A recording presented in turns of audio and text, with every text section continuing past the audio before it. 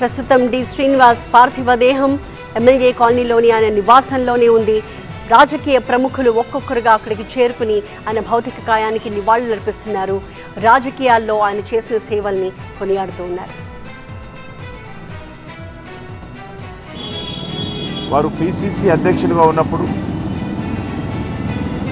2004లో Congress party అధికారంలోకి వచ్చినప్పుడు వారు కీలక పాత్ర పోషించడం జరిగింది. ఆ సమయంలో 2004 నుంచి 2009 వరకు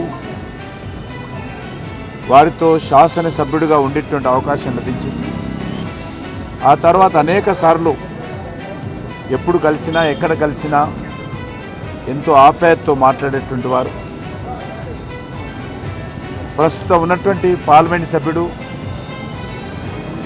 ధర్మపురి అరవింద్ గారు భారతీయ జనతా పార్టీలో చేరినప్పుడు కూడా మరి నరేంద్ర మోడీ గారు చాలా బాగా పనిచేస్తూ ఉన్నారు, మీరందరూ కూడా యువకులు కలిసిమెలిసి పనిచేయండి, దేశం కోసం పనిచేయండి అని అనేక సార్లు చెప్పేటువంటి వారు. గతంలో వారు అనారోగ్యానికి గురైనప్పుడు మరి హాస్పిటల్లో కలవడం జరిగింది.